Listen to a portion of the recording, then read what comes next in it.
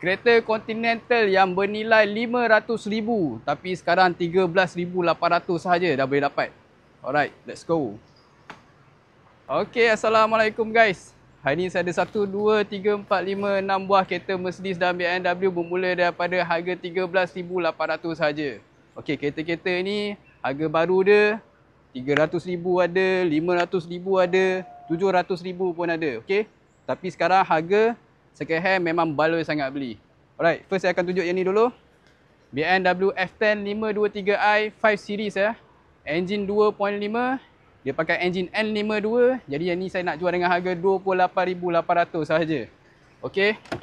Yang ni limousine spec dah convert M Sport. Body kit M Sport Alright. Memang cantik tuan kereta ni.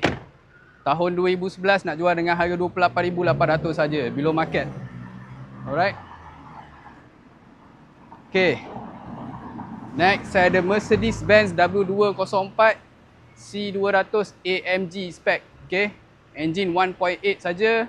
Road tax sangat murah, RM280 saja setahun. Yang ni saya nak jual dengan harga 32,800 sahaja. Kereta ni tahun 2012.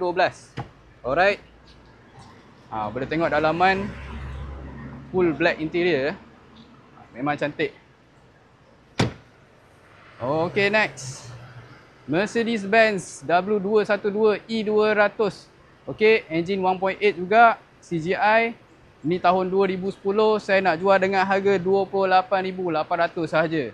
Okay, ni E-Class. Ramai peminat datuk-datuk. Boleh tengok bahagian dalam, elegant spec. Design pun memang elegan lah. Okay. Next. Okay, ni luxury spec Mercedes-Benz W221 S-Class S300L. Okay, engine 3.0 tahun 2009. Saya nak jual dengan harga 19,800 sahaja. Okay, ini siap ada sunroof. Dalaman very luxury touch lah. Ada walnut steering semua. Boleh tengok.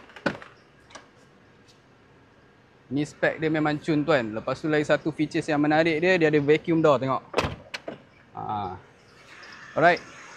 Next. Mercedes-Benz W221 S350L. Okey, tadi S300, ini S350, engine 3.5 tahun 2007.